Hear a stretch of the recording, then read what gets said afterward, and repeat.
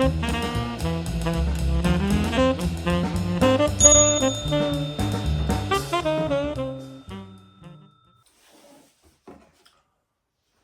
I started making these fedora hats, I sat back and looked at what would I actually like as a client, as a customer.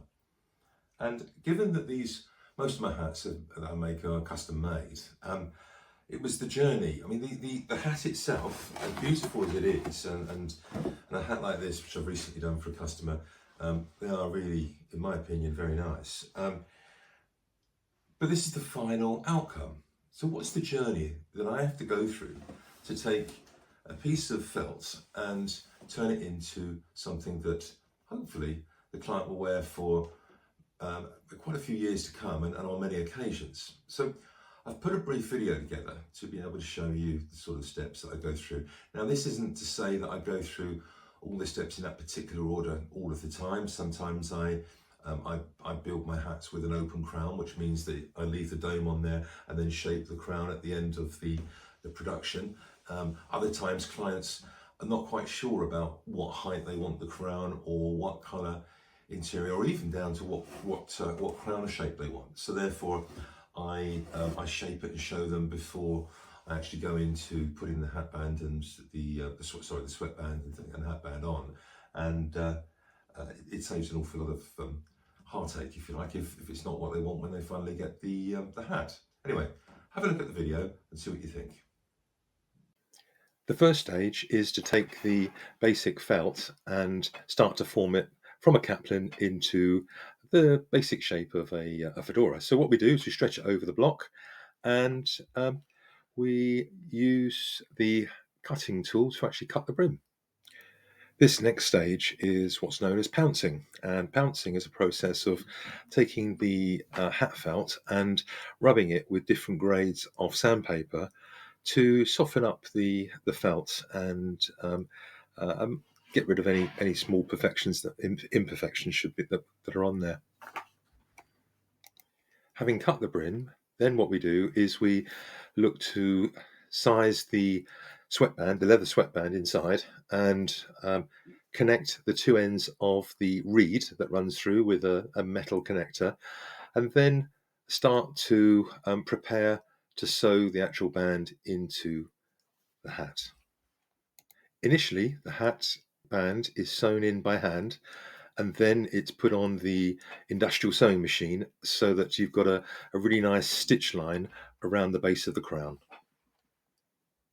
Having got the basic shape, it's always good to be able to show the client what the final hat is going to look like. And here are some images of, I'm afraid, me wearing the hat and showing it off. The next part of the process is actually to add the brim grosgrain around the brim, which is done on a sewing machine, and in addition to that, put on the grosgrain, which is about a 38mm grosgrain around the crown. So I make up the bow and size it around the crown, and then pin it in place to finally stitch it by hand. The hat's beginning to take shape now, so what I do is take the hat and put it on a brim block and start to use steam, and that's where the cloth comes in, because the cloth goes over the top, and then I steam and iron the brim to give it some shape to the brim block. With the hat now formed, I have already made up a liner for it, and it's time for the liner to go in. So I place the liner in, cut it round to shape, and the liners have interlining, so it gives them some structure, if you like, inside the hat, and they're all trimmed to the inside of the crown, and then they're sewn in the traditional way to the hat inside.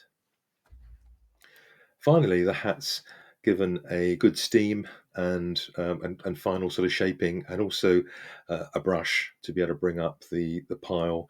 And remember, we only brush anti-clockwise so that it goes with the pile. But here we've got the lovely result of this very nice fedora, and hopefully you'll like it. Once the hat's made, I then place it into a hat box and wrap it up, ready to send out to the client. I hope that was informative and you enjoyed the the video.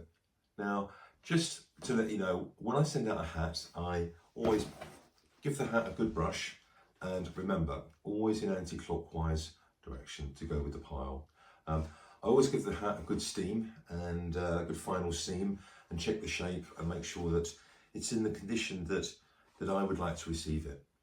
Now, inside the hat, you'll see the leather sweatband sometimes has a little kink in it, which is quite possible because when you put the liner underneath the leather, it can actually sometimes push it out very slightly. But when you start wearing the hat with your body fluids and heat, it will start to settle down and form around your hat shape.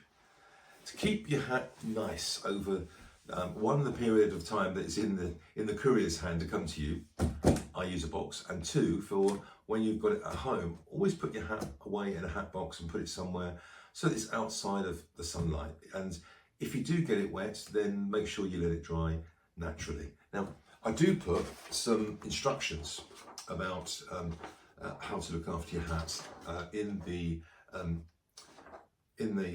box here with the hat, and also one of my business cards. Now, most of you will have my contact details from either my website or my YouTube channel, but it's just a little touch.